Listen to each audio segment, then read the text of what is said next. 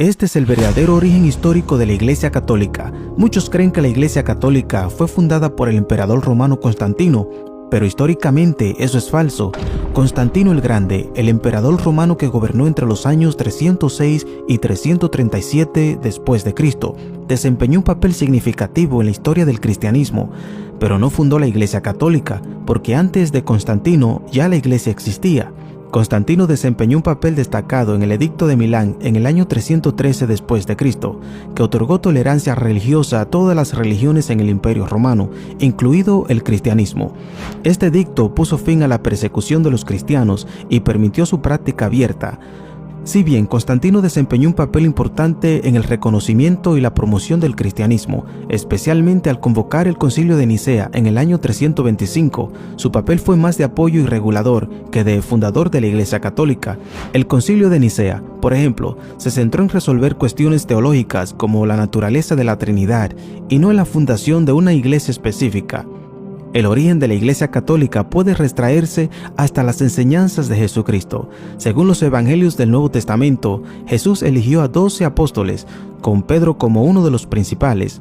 En Mateo 16:18, Jesús dice a Pedro: «Tú eres Pedro, y sobre esta piedra edificaré mi iglesia». Esta declaración se interpreta como la fundación de la iglesia.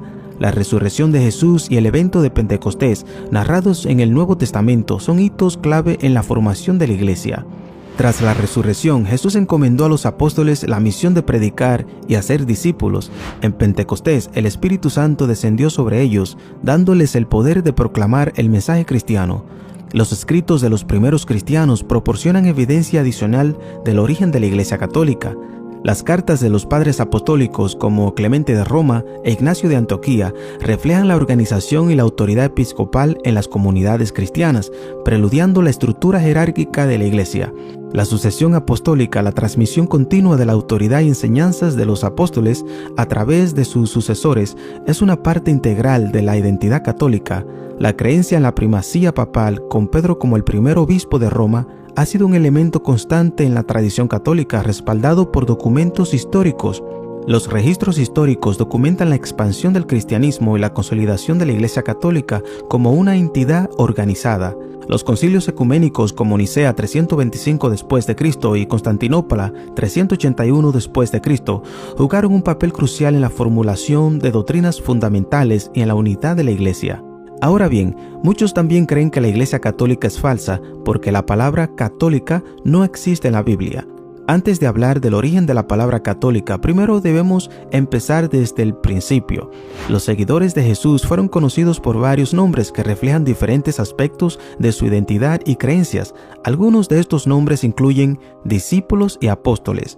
Los seguidores directos de Jesús, a quienes él eligió y enseñó durante su ministerio terrenal, eran conocidos como discípulos. Después de la resurrección de Jesús, el término apóstoles se utilizó para referirse a aquellos 12 discípulos que fueron enviados a proclamar el evangelio. Cristianos. Según el Nuevo Testamento, el término cristianos fue utilizado por primera vez en Antioquía para describir a los seguidores de Jesús. Hechos 11:26 dice: «Y se congregaron allí todo un año con la iglesia, y enseñaron a mucha gente, y a los discípulos se les llamó cristianos por primera vez en Antioquía».